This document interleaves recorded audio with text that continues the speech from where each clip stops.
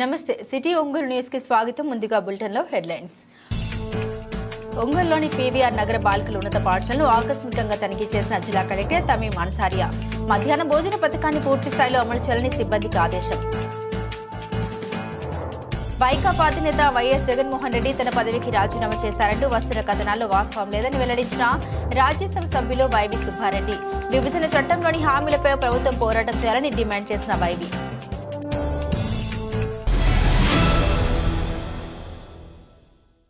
ఇక వివరాల్లోకి వెళ్తే మధ్యాహ్న భోజన పథకంలో ఖచ్చితంగా నాణ్యత పాటించాలని జిల్లా కలెక్టర్ తమీం అన్సారియా అన్నారు. ఒంగోలులోని పీవీఆర్ నగర బాలికల ఉన్నత పాఠశాలను ఆమె ఆకస్మికంగా తనిఖీ చేశారు. ఈ సందర్భంగా పాఠశాల విద్యార్థులకు అందిస్తున్న బోధనతో పాటుగా మధ్యాహ్న భోజన పథక వివరాలను అడిగి తెలుసుకున్నారు. ప్రభుత్వం విద్యార్థులకు అందిస్తున్న పాఠ్యపుస్తకాలతో పాటు స్టూడెంట్స్ కిట్స్ వంటి వాటిపై ఆరా తీశారు. విద్యార్థులకు పౌష్టికాహారంతో కూడిన మధ్యాహ్న భోజన పథకాన్ని పూర్తి స్థాయిలో అమలు చేయాలని ఆదేశించారు. ఈ సందర్భంగా విద్యార్థులు పలు సమస్యల్ని జిల్లా కలెక్టర్ దృష్టికి తీసుకొచ్చారు.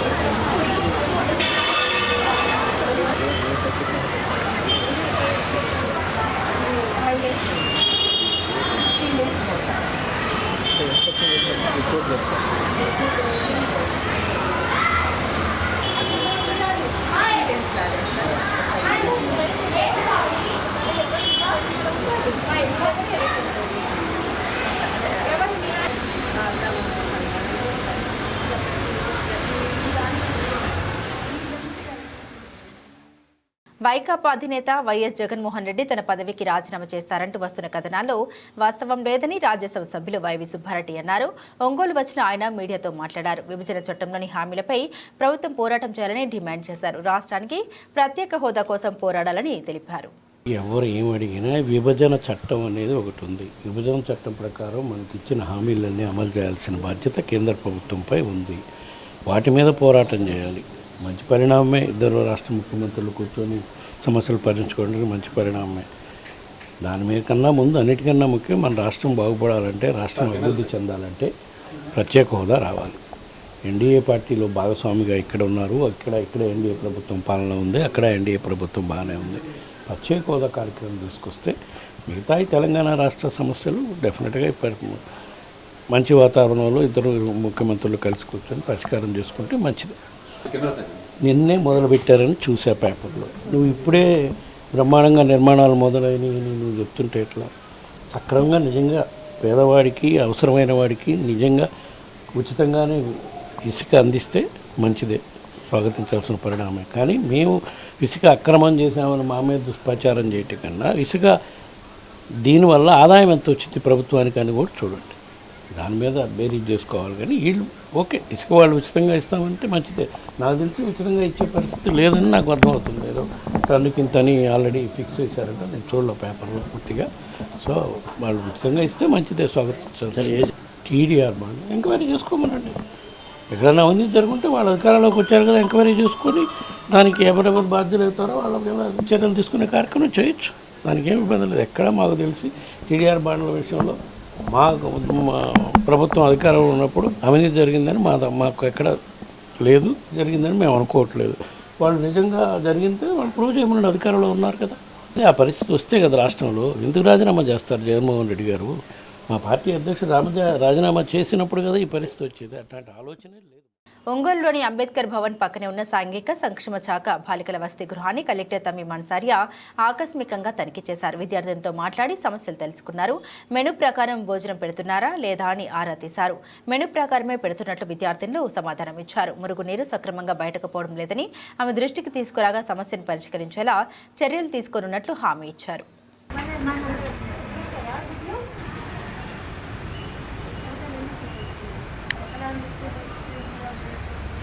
10th క్లాస్ వాళ్ళకి సిలబస్ మారింది మేడం.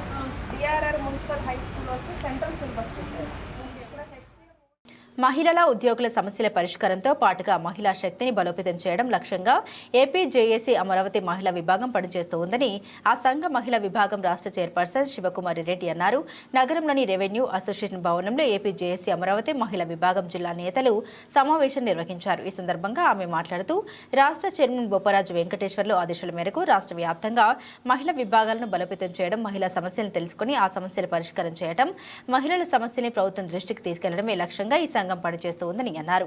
మహిళలకు సంబంధించిన 2 సమస్యల్ని ఈపాటికే పరిష్కారం కూడా చేయడం జరిగిందని వారు తెలిపారు. జిల్లాలో అన్ని ప్రభుత్వ కార్యాలయాల్లో ఉన్న మహిళలందరినీ కలిసి వారితో చర్చించి సభ్యత్వం చేర్పించడంతో పాటు వారి సమస్యలపై పోరాటంతో పాటు మహిళా కమిటీ తరపున జిల్లా కలెక్టర్ కార్యాలయంలో పెద్ద మెగా మెడికల్ క్యాంపును ఏర్పాటు చేసేందుకు సమావేశంలో తేదీని కూడా ఖరారు చేస్తామని తెలిపారు.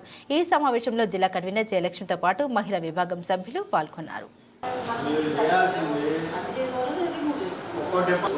స్టాఫ్ అందరూ పలకరించుకొస్తే ఒక ఐడెంటిఫై అయిపోతారు. అప్పుడు ఇంట్రెస్ట్ ఉన్న వాళ్ళు సబ్జెక్ట్ ఉన్నట్ట వస్తారు.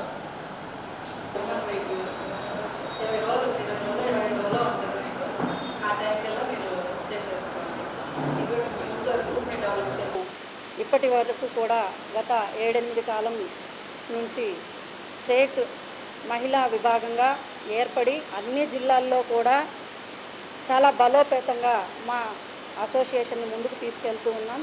అందులో భాగంగా ఈరోజు ప్రకాశం జిల్లా మహిళా విభాగాన్ని బలోపేతం చేయటం కొరకు ఈరోజు ఇక్కడికి విచ్చేసి ఉన్నాము.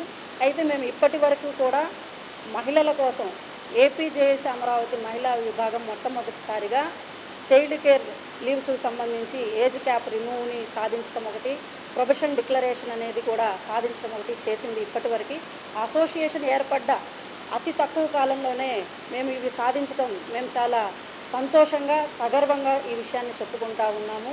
అదేవిధంగా అన్ని జిల్లాలు కూడా మేము త్వరలోనే ఈసీ మీటింగ్ ఏర్పాటు చేసుకొని తదుపరి కార్యాచరణను ముందుకు తీసుకెళ్ళటానికి మా గౌరవ chairman APJS Amaravati chairman Bopparaju Venkateswarlu ద్వారా ముందుకు వెళ్తున్నామని మీకు సవినయంగా తెలియజేస్తాను.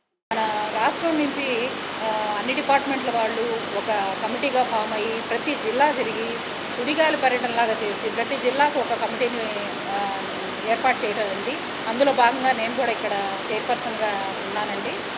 కాబట్టి మా కమిటీలో కూడా అన్ని డిపార్ట్మెంట్లు ఉన్నాయి. ఇందులో రెవెన్యూ దగ్గర నుంచి అగ్రికల్చరు, ఆర్టీసీ, కోఆపరేటివ్, ఐసీడీఎస్, ఈ డిపార్ట్మెంట్ ఆ డిపార్ట్మెంట్ అని కాదండి, ఎవరైనా కూడా ఈ కమిటీలోకి వస్తానంటే కూడా సాధారణంగా ఆహ్వానిస్తానికి మేము రెడీగా ఉన్నాము. అలానే ప్రతి ఆఫీసు కూడా వెళ్ళి మహిళా శక్తిని మేల్కొల్పి వాళ్ళు చేయాల్సిన పనులేంటి, మా దగ్గరికి ఏమైనా సమస్యలు ఉంటే తీసుకురమ్మని చెప్పడం ఒకటి, సభ్యత నమోదు ఒకటి, ఇవన్నీ కూడా చేయదలిచి ముందుకు వెళ్ళాలని చెప్పి నిర్ణయించడం జరిగింది. అలాగే ఈ మహిళా వింగ్ తరఫున ఏపీఆర్ఎస్ఏ అసోసియేషన్ తరఫున ఒక మెగా మెడికల్ క్యాంపుని పెట్టాలి, ఇక్కడ కలెక్టర్ ఆఫీస్లో పెట్టాలనేది ఒకటి జరుగుతూ ఉందండి. అది కార్యరూపం త్వరలోనే దాలుస్తుందని చెప్పి ఈ సభాముఖంగా మీ అందరికి కూడా తెలియజేస్తున్నాను. ఈ క్యాంపుని కూడా అందరూ కూడా వినియోగించుకొని బాగా అంటే ముందు మేము దాని కార్యాచరణ ఏంటనేది కేంద్రంలో సంకీర్ణ ప్రభుత్వం కార్మికులపై ఉక్కుపాదం మోపుతోందని సిఐటియు రాష్ట్ర ప్రధాన కార్యదర్శి ఉమా మహేశ్వరరావు ఆరోపించారు. జాతీయ కోరికల దినోత్సవాన్ని పురస్కరించుకుని సిఐటియు ఆధ్వర్యంలో ఒంగోలు కలెక్టర్ కార్యాలయం ఎదుట కార్మికుల సమస్యలు పరిష్కరించాలని ధర్నా కార్యక్రమాన్ని చేపట్టారు. ఈ సందర్భంగా రాష్ట్ర ప్రధాన కార్యదర్శి ఉమా మహేశ్వరరావు మాట్లాడుతూ ఇటీవల జరిగిన ఎన్నికల్లో టీడీపీ జనతాదళ్ పార్టీలతో కలుపుకొని కేంద్రంలో నరేంద్ర మోదీ సంకీర్ణ ప్రభుత్వం ఏర్పాటు చేశారని విమర్శించారు. గతంలో కార్మికులపై ఉక్కుపాదం మోపినట్లుగా నేడు కూడా అదేవిధంగా వ్యవహరిస్తూ ఉన్నారని మండిపడ్డారు. ప్రభుత్వ రంగ సంస్థల్ని ప్రైవేటు సంస్థలకు దారదత్తం చేస్తూ ప్రజాధనాన్ని దోపిడీదారులకు కట్టబెడుతూ ఉన్నారని ఎద్దేవా చేశారు. సమాన పనికి సమాన వేతనం కల్పించడంలో కేంద్ర రాష్ట్ర ప్రభుత్వాలు వైఫల్యం చెందాయని అన్నారు. లేబర్ కోడ్లను తక్షణమే ఉపసంహరించుకోవాలని డిమాండ్ చేశారు. కార్మికుల సమస్యల్ని పరిష్కరించిన నేపథ్యంలో ప్రజా సంఘాల ఆధ్వర్యంలో ఆందోళన చేపడతామని హెచ్చరించారు. ఈ కార్యక్రమంలో నగర అధ్యక్షులు రాంబాబు, నగర కార్యదర్శి మహేష్, జిల్లా ఉపాధ్యక్షులు కొండారెడ్డి, సిపిఎం నగర కార్యదర్శి రమేష్, ఆర్టీసీ నాయకులు బీవీరావు తదితరులు పాల్గొన్నారు.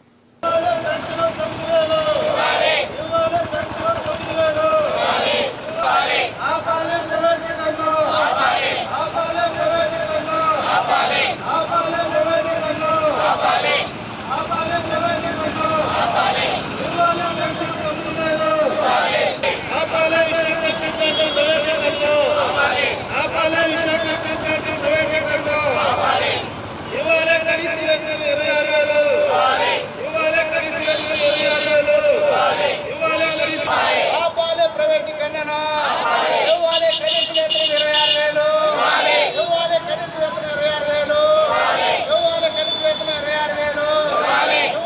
26,000 ఇవ్వాలి కనీస 9,000 ఇవ్వాలి కనీస 9,000 ఇవ్వాలి కనీస వేతనం 26,000 ఇవ్వాలి కనీస వేతనం 26,000 ఇవ్వాలి కనీస వేతనం 26,000 ఇవ్వాలి కనీస వేతనం 26,000 ఇవ్వాలి కనీస వేతనం. కనగిరి పట్టణంలో గల శ్రీ లక్ష్మీ నరసింహస్వామి వారి దేవస్థాన ప్రాంగణంలో శ్రీ వారాహి అమ్మవారి నవరాత్రి మహోత్సవాలు ఘనంగా నిర్వహిస్తున్నారు. ఆషాఢ శుద్ధ పాడ్యమి నుండి నవమి వరకు సన్నిధిలో శ్రీ చండీ వనదుర్గ మహావిద్య యాగ సహిత వారాహి నవరాత్రులు ఘనంగా జరిపిస్తున్నారు. ఉత్సవాల్లో భాగంగా ఆలయ ప్రాంగణంలో ముందుగా గోపూజను నిర్వహించారు. అనంతరం దేవస్థాన ఆవరణంలో చూడచక్కని హోమగుండాలను ఏర్పాటు చేసి చండీ హోమాన్ని శాస్త్రోక్తంగా నిర్వహించారు. అలాగే సాయం సంధ్య వేళల్లో అర్చక స్వాములు మహిళలతో సామూహిక కుంకుమ పూజను భక్తి శ్రద్ధల నడుమ జరిపించారు. ఈ కార్యక్రమంలో ఆలయ అర్చకులు తిమ్మరాజు వంశకృష్ణ, కనగిరి పట్టణ వాసులు అధిక సంఖ్యలో పాల్గొని వారాహి అమ్మవారి అనుగ్రహంతో లోకం సుభిక్షంగా ఉండాలని ఆకాంక్షించారు.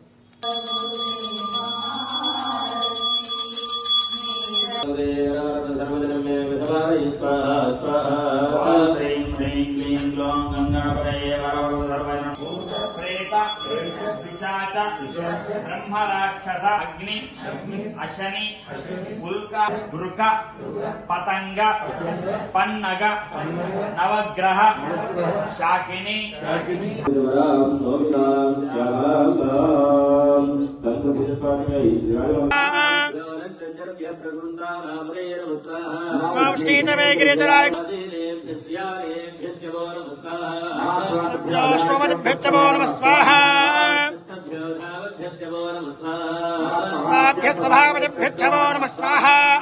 సహస్రంగాని ఇవన్నీ ఆవిడ్ని ప్రీతికరంగా చేస్తూ ఉంటాం అన్నమాట. అదంతా అయిపోయిన తర్వాత ధూపము, ఆ తర్వాత దీపము, ఆ తర్వాత నైవేద్యం. ఈ నైవేద్యం అన్నప్పుడు మన శక్తి కొలది ఏదైతే ఉంటుందో ఆ ద్రవ్యాన్ని ఆవిడికి నైవేద్యంగా పెట్టి అది మనం ప్రసాదంగా తీసుకుంటాము.